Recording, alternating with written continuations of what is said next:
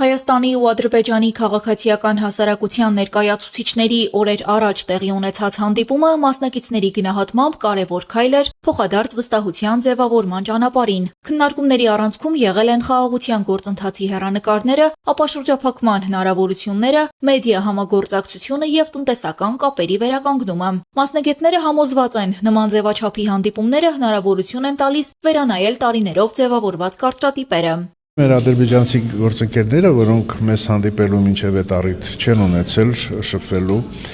ունեին իրենց պատկերացումները, թե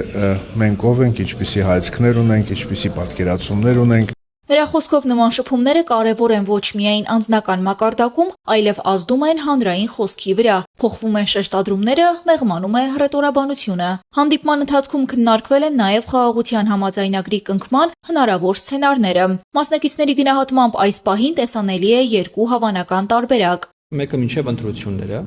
եթե տիրապետի մեր կենտրոնի կողմից ձևակերպված իբրև համակցված լուծում կամ կոմբինացված լուծում տարբերակը, երբ որ խաղաղության համաձայնագիրը ստորագրվում է, Հայաստանում տեղի են ունենում ընտրություններ, որից հետո տեղի են ունենում արդեն իսկ հայտարարված ռեֆերենդումը նոր սահմանադրության ընդունման, դրանից հետո ռատիֆիկացվում է երկու երկրների խորհրդարանների կողմից խաղաղության համաձայնագիրը։ Երկրորդ տարբերակը ըստ Քոչինյանի ենթադրում է ընտրություններից հետո համաձայնագրի ստորագրում եւ վավերացում հանրաքվեով կամ առանց դրա։ Այս երկու սցենարներն են, որ այս պայությամբ հավանական են, երկուսով էլ բավականին հավանական է, որ այս տարվա ընթացքում մենք կտեսնենք խաղաղության համաձայնագիրը առնվազն ստորագրված։ Տնտեսական համագործակցության մասով քննարկումները եղել են հիմնականում հումքային ապրանքների հնարավոր փոխանակմանը։ Այս պայությամբ խոսակցությունը ավելի շատ գրում է հումքի մասին, վերջնական ապրանք տեսնել սուպերմարկետում վրան գրած Made in Azerbaijan կամ Made in Armenia, ես կարծում եմ երկու կողմերի համար այս պայությամբ խնդիր է։ Մասնակիցների գնահատմամբ Ադրբեջանի հասարակությունը միատարր չէ։ Կան խմբեր, որոնք աջակցում են պաշտոնական քաղաքականությանը, կան նաև նրանք, ովքեր լուռ անհամաձայն են կամ նույնիսկ կողմ են հակամարտության շարունակությանը։ Ադրբեջանում հանրային ոլորտում ընդամենը մեկ խոսափող կա, այդպես ասենք, կամ շատ քիչ խոսափողներ կան, եւ որպիսի բոլոր քաղաքացիների համար ինչ որ խոսք կարողանա ասի, առաջին դեմքը եւ իր թիմը, նրանք տարբեր իրավիճակներում տարբեր շեշտադրումներ են անում եւ դրանով է նաեւ պայմանավորված Ալիևի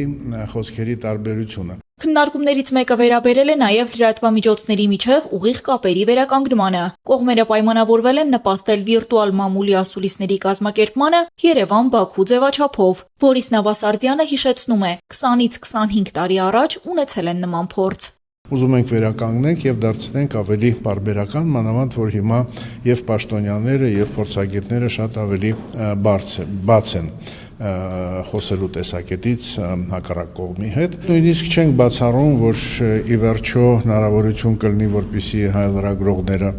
հարցազրույց անեն նաև առաջին դեմքի հետ Ադրբեջանի եւ կարողանան այն հարցերը տալ, որոնք իրենց հետաքրում են։ Քննարկումների մասնակիցները նշում են, նման հանդիպումները չեն լուծում բոլոր խնդիրները, սակայն ստեղծում են այն միջավայրը, որտեղ հնարավոր է խոսել առանց փոխադարձ մեղադրանքների ու կոշտ հռետորաբանության։ Ծաղկաձորում կայացած այս հանդիպումը նրանց համոզմամբ փոքր, բայց կարևոր քայլ է երկարատև եւ բարդ գործընթացում, որի վերջնական նպատակը տարածաշրջանում կայուն եւ հաստատուն խաղաղությունն է։ Նարինե Ղուկասյան, Ալվարդ Բաղդասարյան, Մանուել Ստեփանյան, Ռադար Արմենիա։